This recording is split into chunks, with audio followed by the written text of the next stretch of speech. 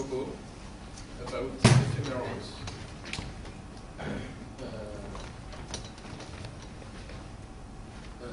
and the garbage collector. Actually, I don't know what this is. So I have the pleasure to present you ephemerals, which are a very nice, I think, addition to the garbage collector, but we hope to convince you of that. So my use case is you can have many of them. The first one can be memorization. You have a So you have a function and you want to cache the resulting value. So it's just a usual memorization template. And you want that when the key is not needed anymore, then you can release the entry from the cache, the data that you store. In fact, it's more general than just memorization. If you have a library that have some data structure, some record, and you have another library, your own library, that needs to store some additional data in this, the value of this library, you can't add a new structure to it.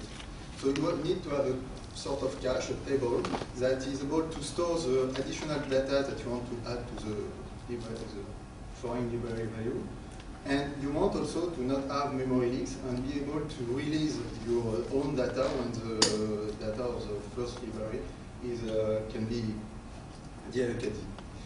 And so there is many such cases, but it's hard to do. And in fact, I will show you that it's impossible to do currently, if in some cases. So if you just use an traditional dictionary hash table, you have the keys and the value are accessible from the tables. And so you will never release the keys or the value if your table is not released. So for you, in your library or for your function, the cache of your function, you will never release the key and the value if the function that you memorize is not released. So what you must do is that T should not hold the key. So you start to do complicated things with the tools that the GC gives you. The first one, you need weak pointers. So weak pointers is, you can say it's a value that stores another pointer to another value, but weakly. So that means that for the GC, it's like if the pointer is not here. And so the GC can release the value at any time if V2 is not used anymore, is not alive. And so at this point, instead of getting some of your value, you will have a none with the get function of the weak module. So that's the first tool you can use. The second one are final others. So when the value V is released, then some code is run by the GC. And so you can clean up things. So now, yeah, you can try to do that. You have your table, and instead of the key directly inside the table, you have an integer that is perhaps a unique value for your key. And you will weakly point from you.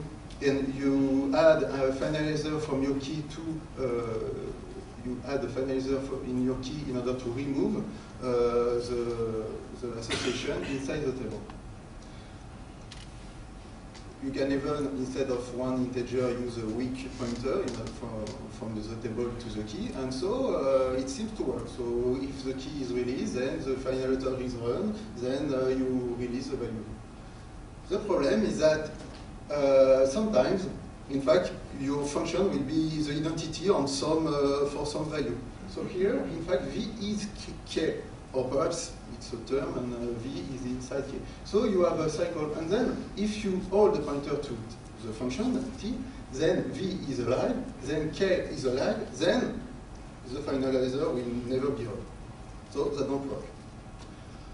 So T should not hold pointers to value either. So T, in fact, hold pointers to nearly nothing.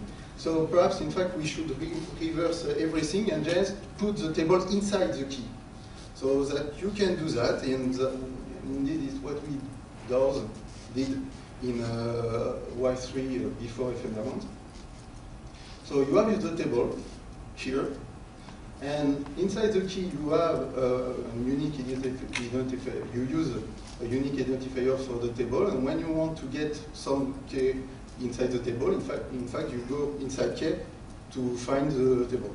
So just a transposition of the table.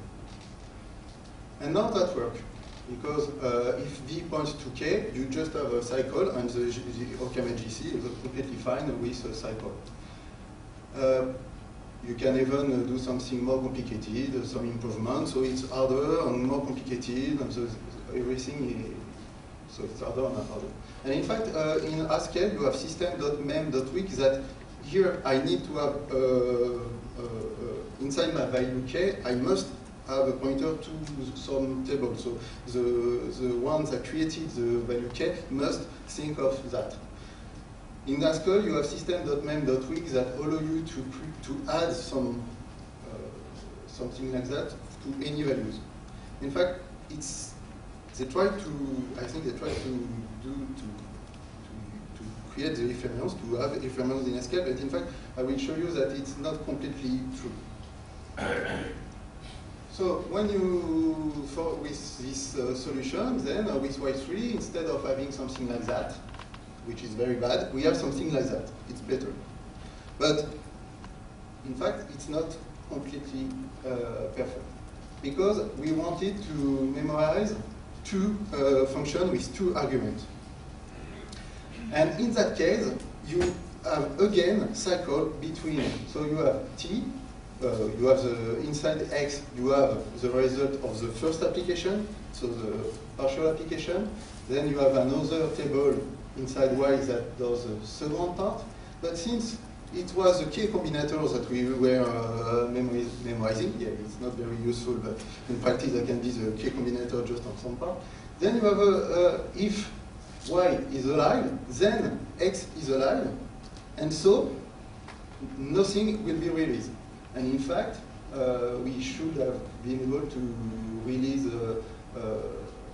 X will not be released, and we should be able to release X if Y is not used anymore. If X is not used anymore. So here that doesn't work, because we transpose the problem, so we can have cycle for the key, but we can't have a cycle for the table. And in fact, it's not possible, because you can, so I will just try to show you why it is not possible. In a GC, such as Camel, alive is the smallest fixed point for when you have, if V is the root, then it's alive. And if there is another value U, oh, I forget something. Okay, so here you have also the hypothesis that U is alive, sorry. It was too big for my slide, so I removed it. So it exists a U that is alive and that points to V, so V is alive. And could we create something, some big blob with root pointers, finalizer, whatever, in order to have that if K1 and K2, we have K1, K2, and V in such a relation with this big blob of hard code. And if K1 and K2 are alive, then V is alive. Sorry for all this. So we want also that to be the smallest fixed point, because we don't want to always keep D. We really want to have the first smallest fixed point. And in fact, so here you have the K1, K2, V, and the big blob with finalizer, weak pointers, and whatever. And we take the hard cases. So from V, you have pointer to K1 and K2. Then you can ask. At first, so K1 and K2 are reachable and are alive. And so V is alive. So the question is why? How we can? So first one, you can have a path from the root. If you follow the definition, you must have a path from the root to V. And And we will suppose first that it's not going through K1 or K2. In that case, if I've removed the pointer from root to K2, in fact, K2 is still reachable from root to V, from to V to K2. And no value is not reachable anymore. So no weak pointers, no finalizer are on. So nothing changed.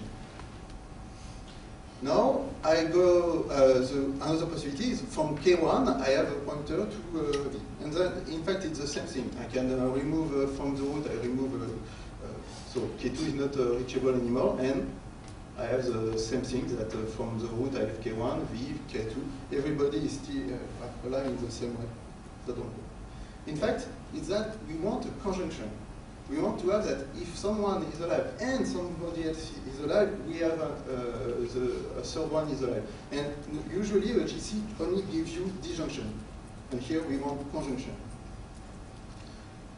And fortunately, someone, Hayes, in 87, thought of something like that. So it's just a value that has the property that if K or the ephemeron V can be reclaimed, if K or the ephemeron can be reclaimed.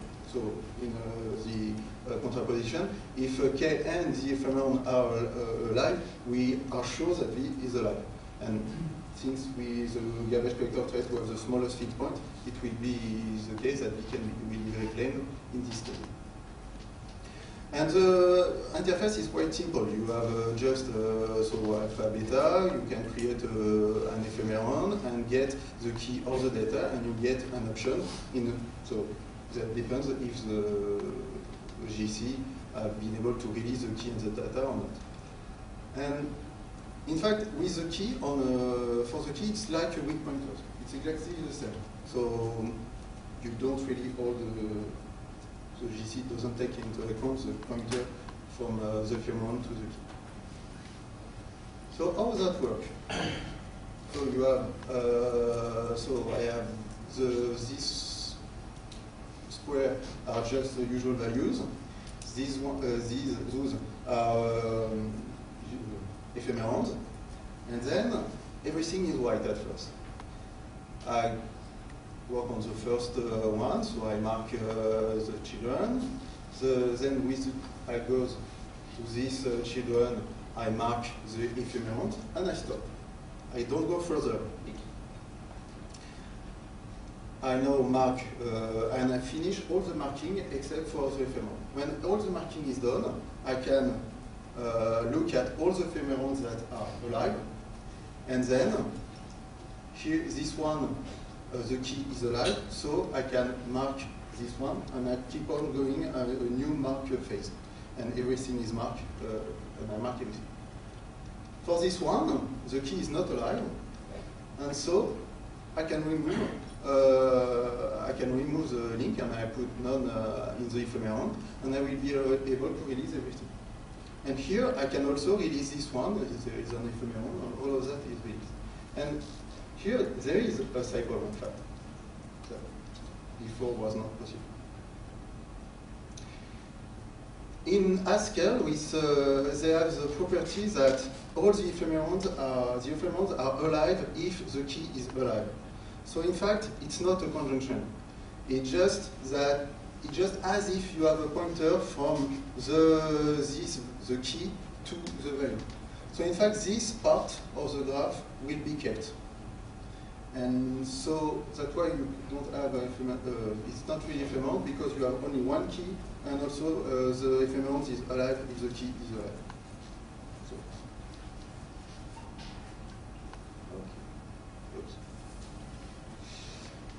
So I modify the OCaml runtime, and so you can find it on the GitHub pull request 22.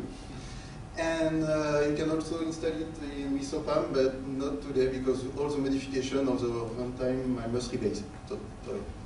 But at least you can get it on GitHub. So ephemerons, in fact, are K ephemerons. You have K keys. That takes K plus 3 words.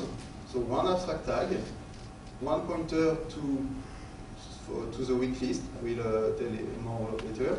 The value and all the keys. In fact, it implements the weak arrays. So normally weak arrays are the same thing but not the value. And the weak list is a list of all the weak pointers.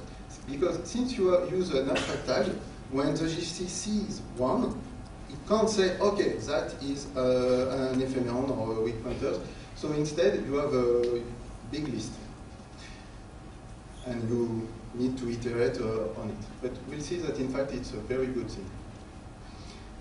And so I implemented all the weak arrays with ephemerons, so there is no duplication of code. And in fact, I added a new phase. So you have mark and sweep normally, and here you have mark, clean, and sweep. It's not just for the ephemerons. In fact, the clean phase is able to correct semantic problem with weak arrays. In fact, you had previously a problem if you have weak arrays, two weak arrays that point to the same value. Because since the cleaning is done during the mark phase, was done during the mark phase, you could, the value can be not reachable, so right, we get right. The cleaning phase inside the mark phase was done, and so you remove one pointer, but you stop because it's incremental. Then, from the other one, you access the weak pointers. And since you access it, you must mark it black, because it becomes a value alive. It's reachable. Then you arrive to, you keep on doing the cleaning phase, and when you are on the other one, then it's reachable. And so you have, in one weak pointer, it disappeared, and in the other, it remains. And that's bad, because normally the weak pointers are removed when the value disappears. But here, you have an inconsistency. So, okay. So here you have a new phase that just cleans things up, and so when you access a pointer that is still here, it's white, but you are in the clean phase, in fact the code returned none. It said no, it will disappear soon, so I don't give you the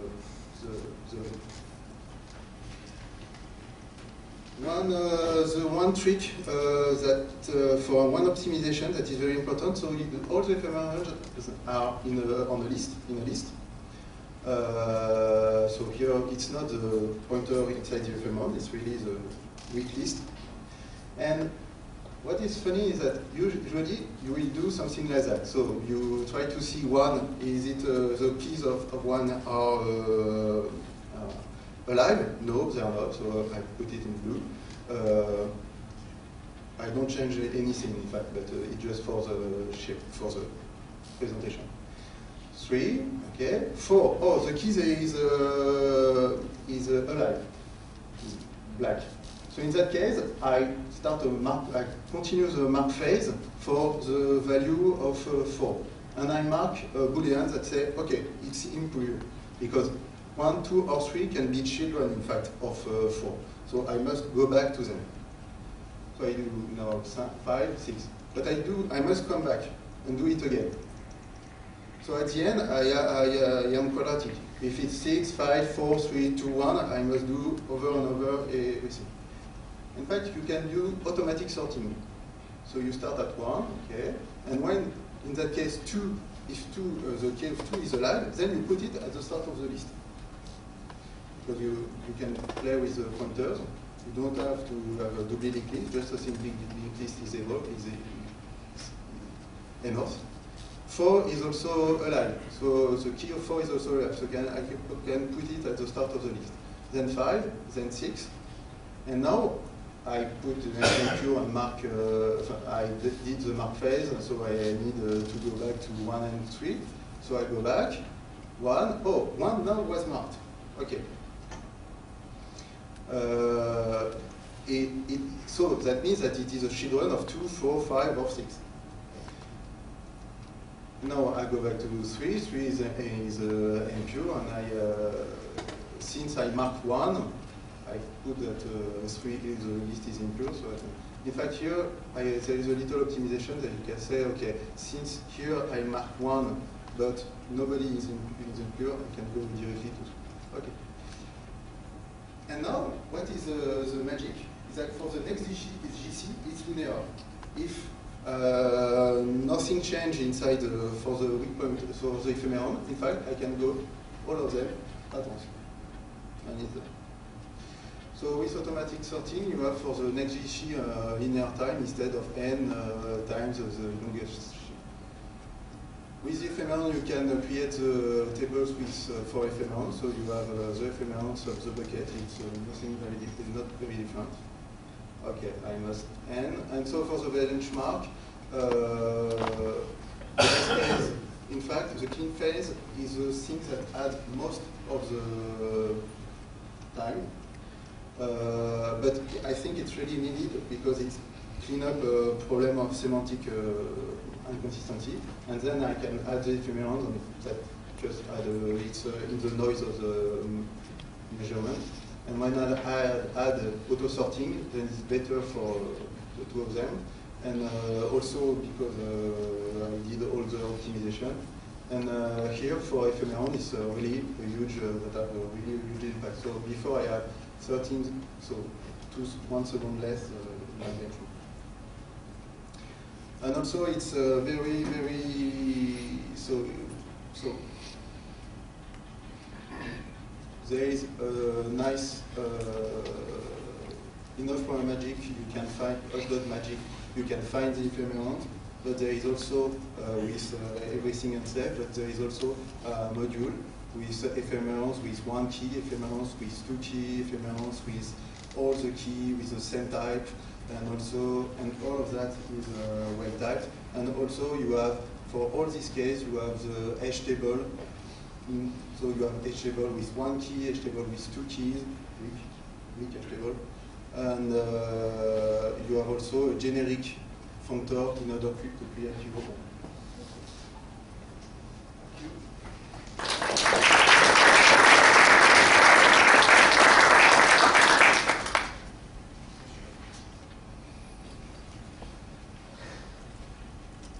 Sorry, I'm just being the token Haskeller in the room, I suppose. So you mentioned that Haskell doesn't implement ephemeron semantics, and you're right.